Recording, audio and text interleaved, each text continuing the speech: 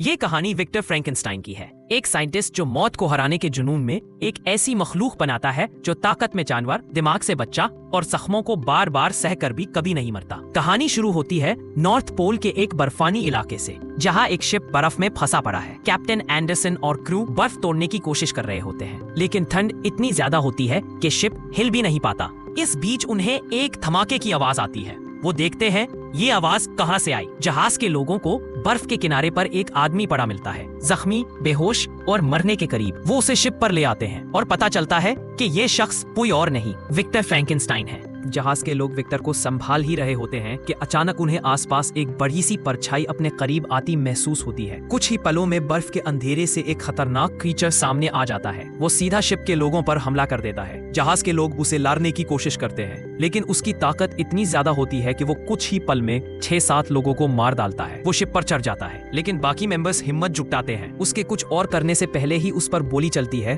और वो नीचे गिर पड़ता है और बर्फ पर गोलियां चलाकर उसे नीचे डुबो देते हैं। एंडरसन तुरंत विक्टर को कैबिन में ले जाता है। विक्टर होश में आते ही एक लाइन कहता है, वो क्रीचर मेरा बनाया हुआ था। विक्टर की ये बात सुनते ही एंडरसन के होश उड़ जाते हैं। यहीं से विक्टर अपनी कहानी स्टार्ट करता है, एक ऐसी स्टोरी जो उसे नॉर्थ पोल तक ले आई। विक्टर बताता है कि बचपन में वो अपनी माँ क्लेयर के बहुत करीब था, लेकिन उसका बाप लियोपोल्ड एक सख्त बेरहम आदमी था जो विक्टर को कभी प्यार नहीं देता था। इसी वजह से विक्टर बहुत छोटी उम्र में ही साइंस और मैथमेटिक्स में खो गया। उसे लगता था कि शायद यही चीज उसकी जिंदगी में कमी पूरी कर देगी। विक्टर बताता है कि जब उसकी माँ क्लेयर उसके छोटे भाई विलियम को जन्म दे रही थी तो वो उसी वक्त मर गई। ये पल विक्टर के दिमाग में हमेशा के लिए बस गया। उस दिन उसने पहली बार मौत को अपनी जिंदगी में इतना करीब महसूस किया। माँ की मौत के बाद विक्टर और ज्यादा अकेला हो गया।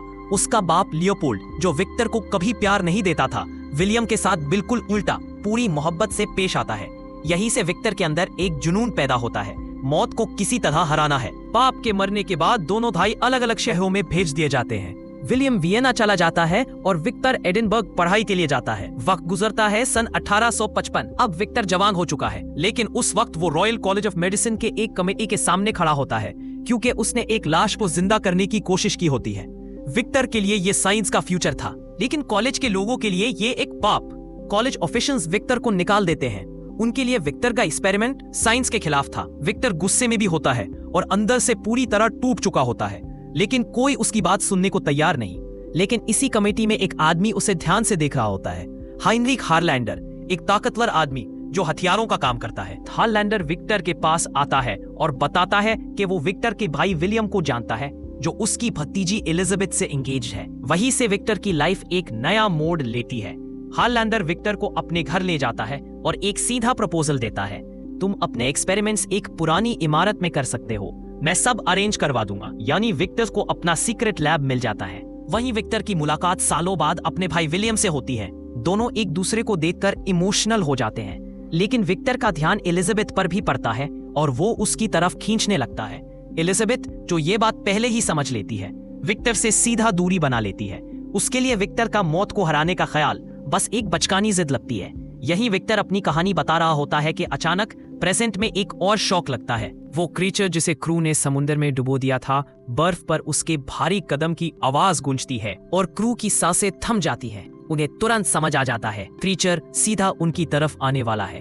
विक्टर की आवाज थोड़ी तेज हो जाती है और वो अपनी कहानी आगे बढ़ाता है। हारलैंडर विक्टर को एक पुरानी ऊंची टावर बिल्डिंग दिखाता है। ये ही आगे चलकर विक्टर का सीक्रेट लेबोरेटरी बनने वाली होती है। यही हारलैंडर अपने कनेक्शन से लाशें अरेंज करता है। कुछ लाशें उनकी जिनको फांसी हुई और कुछ जंग में मरे हुए सिपाही। विक्टर का जुनून प्लस हारलैंडर का नेटवर्क दोनों मिलकर एक खतरनाक सेटअप खड़ा कर देते हैं। विलियम भी इन दोनों का साथ देता है और तीनों मिलकर लैब को पूरी तरह सेट कर लेते हैं। विक्टर का जुनून और गहरा हो जाता है। उसे लगता है कि वो एक बड़ी खोज के बिल्कुल करीब है। वो एक्सपेरिमेंट्स करता रहता है और आखिर एक नतीजे पर पहुंचता है।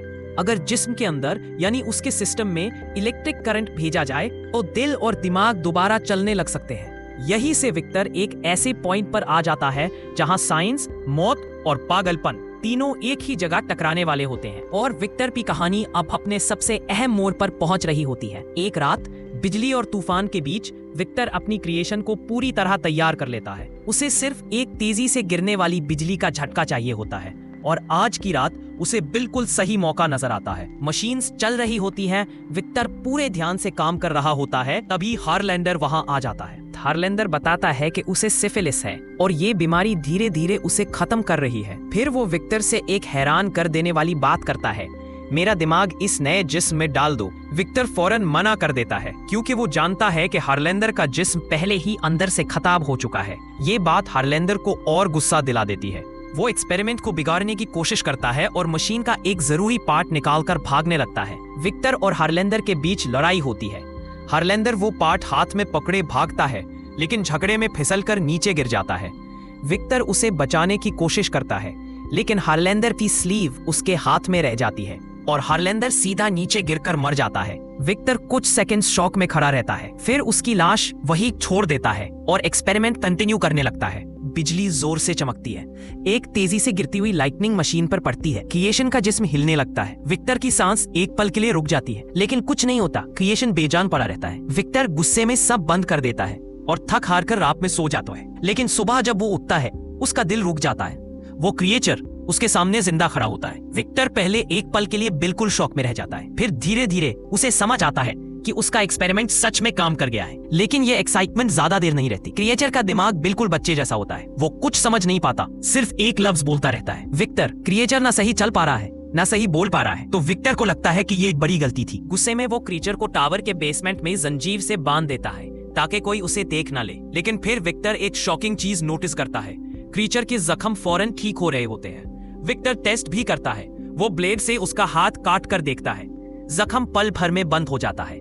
इसी लम्हे विक्टर को समझ आ जाता है कि उसने सिर्फ एक जिंदा जिस्म नहीं बनाया, बल्कि कुछ और ही पैदा कर दिया है। विक्टर विलियम और एलिजाबेथ को टावर के अंदर ले आता है। उसके चेहरे पर टेंशन होती है क्योंकि वो हारलैंडर की डेथ का सच छुपा रहा होता है। अंदर जाते ही एलिजाबेथ की नजर क्रीचर पर पड़ती है। वो शौक में रुक जाती है, लेकिन वो घबराती नहीं। क्रीचर भी एलिजाबेथ को देखकर बिल्कुल खामोश हो जाता है, जैसे पहली बार उसे किसी ने इंसान की तरह देखा हो। विक्टर को समझ आ जाता है कि ये सब छुपाना मुश्किल होगा, इसलिए वो क्रीचर को विलियम के सामने भी ले आता है। विलियम उसे देखकर डर जाता है और ऑटोमेटिकली पीछे हट जाता है। फिर विक्टर विलियम को साइड में ले जाता है और हारलैंडर की लाश दिखाता है जो बर्फ में छुपी होती है। विक्टर झूठ बोल देता है कि हारलैंडर को क्रीचर ने गुस्से में मार दिया। इस पॉइंट पर विक्टर दिमागी तौर पर बिल्कुल टूट चुका होता है। वो कहता है ये एक्सपेरिमेंट फेल हो गया, एलिजाबेथ को लेकर वियना वापस जाओ, क्रीचर का फैसला मैं कल करूंगा। क्रीचर अब भी जंजीर से बंधा होता है और विक्टर हर जगह पेट्रोल छिड़क रहा होता है। फिर पूरा टावर आग लगाकर जलाने लगता है। आग तेज फैलती जा रही होती है। क्रीचर जोर जोर से विक्टर को पुकारता है। विक्टर वहां से जा चुका होता है, लेकिन एक पल के लिए उसका दिल बदल जाता है। वो वापस टावर की तरफ मुड़ता है और उसी मोमेंट पूरा टावर एक बड़े धमाके के साथ फट जाता है। धमाके से विक्टर दूर तक उछल जाता है। ब्लास्ट में उसकी दाई टांग घुटने से नीचे तक बुरी तरह कुचल जाती है। थोड़ी देर बाद विलियम और एलिजाबेथ भी लौट कर आते हैं, लेकिन वहां सिर्फ जाली हुई इमारत और बर्बादी होती है। विक्टर ये सब सुनाकर अपनी कहानी तकरीबन खत्म ही करता है कि तभी क्रीचर वापस शिप के डेक पर आ जाता है। उसके हर कदम में गुस्सा भी होता है और एक आखिरी फैसला भी। वो सीधा कैप्टन एंडरसन की तरफ बढ़ता है। उसका इरादा क्लियर होता है, कैप्टन को मार देना। विक्टर तुरंत बीच में आ जाता है और कहता है, रुको, ये सब मेरी वजह से हुआ है, इसे मत मारो। क्रीचर एक सेकंड के लिए रुक जाता है। उसका गुस्सा थोड़ा कम होता है और वो एंडरसन से कहता है, अगर सच जानना है तो अब मेरी कहानी सुनो। टावर में लगी आग के बीच क्रीचर अपनी पूरी स्ट्रेंथ लगाकर जंजीर तोड़ देता है और जलते हुए टावर से भागने में कामयाब हो जाता है। टावर के ब्लास्ट के बाद क्रीचर जलता बुझता जंगल में छुप गया। जिंदा रहने के लिए उसने एक मरे हुए आदमी के कपड़े पहन लिए। कुछ देर बाद कुछ शिकारियों ने उसे देख लिया तो क्रीचर भागता हुआ एक छोटी सी झोपड़ी तक पहुंचा, एक अंधे बूढ़े आदमी का घर। यहीं से उसकी लाइफ में एक नया टर्न आता है। क्रीचर चुपचाप उनके घर को ऑब्जर्व करता रहता। वहाँ एक फैमिली रहती थी और उनकी बातों में प्यार, शराफत और रहमदिली होती है। क्रीचर उनकी मदद करता रहता, लकड़ी रख देना, काम आसान कर देना, सब बिना सामने आए। एक दिन क्रीचर हिम्मत करता है और अपना आप उस अंधे आदमी को दिखाता है। अजीब बात ये, वो आदमी घबराता नहीं। वो क्रीचर को बैठाता है, बात करता है और उसे एक इंसान की तरह ट्रीट करता है। अंधा आदमी क्रीचर को समझता, उसे बात करता और धीरे धीरे क्रीचर बोलना, पढ़ना और जरूरी इंसानी चीजें सीखने लगता है। दोनों के बीच एक सच्ची दोस्ती बन जाती है। लेकिन ये सुकून ज्यादा देर नहीं टिकता। एक रात जंगली भेड़ियों का झुंड झोपड़ी पर हमला कर देता है। क्रीचर पूरी ताकत से लड़ता है और भेदियों को मार देता है, लेकिन अंधा आदमी खुद बहुत बुरा जख्मी हो जाता है। क्रीचर उसके पास बैठकर उसकी आखिरी सांस तक साथ देता है। जब उसकी फैमिली वापस आती है तो उन्हें सिर्फ लाश और खून दिखता है। वो क्रीचर को ही कातिल समझ लेते हैं। गुस्से में वो क्रीचर का पीछा करते हैं, उस पर गोली चला देते हैं और उसे जंगल में मरने के लिए छोड़ देते हैं। यहीं से क्रीचर बिल्कुल चुप और तन्हा हो जाता है और उसका अकेला सफर शुरू होता है। इसी दौरान विक्टर की लाइफ में एक और ट्विस्ट आता है।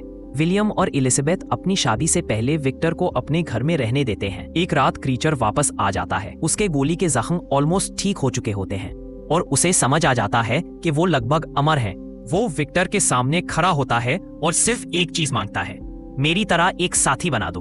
विक्टर साफ साफ मना कर देता है। वो कहता है कि क्रीचर को जिंदगी देना ही उसकी सबसे बड़ी गलती थी और वो ये गलती दोबारा नहीं करेगा। ये सुनते ही क्रीचर का गुस्सा फट पड़ता है। वो विक्टर पर हमला कर देता है।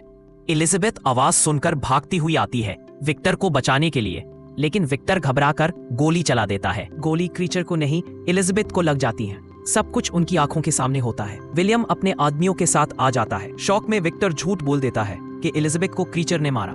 आदमियों का गुस्सा भड़क उठता है। वो क्रीचर पर टूट पड़ते हैं, लेकिन क्रीचर सबको एक एक करके मार देता है। क्रीचर एलिजाबेथ को अपनी बाहों में उठाता है और दूर एक गुफा में ले जाता है। वहां एलिजाबेथ अपनी आखिरी सांसें लेती है और क्रीचर उसका हाथ पकड़कर उसके साथ रहता है। इस बीच विलियम भी मरने की हालत में होता है और अपनी आखिरी सांस में विक्टर से सिर्फ इतना कहता है, मैं हमेशा तुमसे डरा रहता था। ये बात विक्टर को तोड़ देती है। अब वो क्रीचर का पीछा छोड़ नहीं सकता। विक्टर हर जगह क्रीचर का पीछा करता है। बर्फानी आंधियों में वो गोलियां चलाता है, छुरी से हमला करता है, डायनामाइट तक से उसे उड़ाने की कोशिश करता है, लेकिन क्रीचर हर बार बच जाता है। जख्म विक्टर को लगते हैं, क्रीचर को नहीं। इसी सफर में विक्टर की हालात खराब हो जाती है और वो गिरकर एंडरसन की दानिश क्रू तक पहुंच जाता है। यहाँ दोनों की कहानी अब अपने एंड पर आ जाती है। विक्टर को महसूस होता है कि उसका वक्त आ चुका है। क्रीचर की तरफ देखकर धीरे से कहता है, मैं तुम्हारे साथ सही नहीं था, मुझे माफ कर दो। क्रीचर की आवाज में पहली बार असली दर्द होता है। वो विक्टर का सर अपनी बाहों में पकड़कर कहता है, मैं तुम्हें माफ करता हूँ क्योंकि तुम मेरे लिए बाप जैसा हो। विक्टर क्रीचर की बाहों में ही अपनी आखिरी सांस ले लेता है। सुबह होती है। कैप्शन अपने साथियों को क्रीचर पर हमला करने से रोकता है और शिप से जाने देता है। क्रीचर पूरी ताकत लगाकर शिप को बर्फ से धक्का देता है। धीरे धीरे शिप बर्फ तोड़ता हुआ पानी में आ जाती है। कैप्टन एंडरसन विक्टर और क्रीचर की कहानी सुनकर बदल चुका होता है। वो डेक पर आकर अपनी क्रू को कहता है, हम अपनी मिशन छोड़ रहे हैं, अब हम घर जाएंगे। क्रीचर खड़ा होता है और सामने उबरता हुआ सूरज देखता है। उसकी आंखों में सिर्फ एक चीज होती है, खामोशी। वो खुद को जिंदा महसूस करता है, एक ऐसा मखलूक जिसे दुनिया ने कभी एक्सेप्ट नहीं किया, लेकिन इस सुबह ने उसे एक नई शुरुआत दे दी।